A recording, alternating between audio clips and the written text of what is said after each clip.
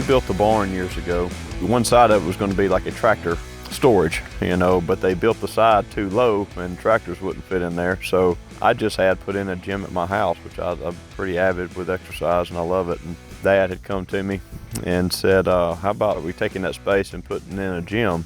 We invested a pretty good bit in the gym, and it's been used over the years pretty well by our employees. It's been a nice benefit to have. It's just another little thing that we try to do for our people.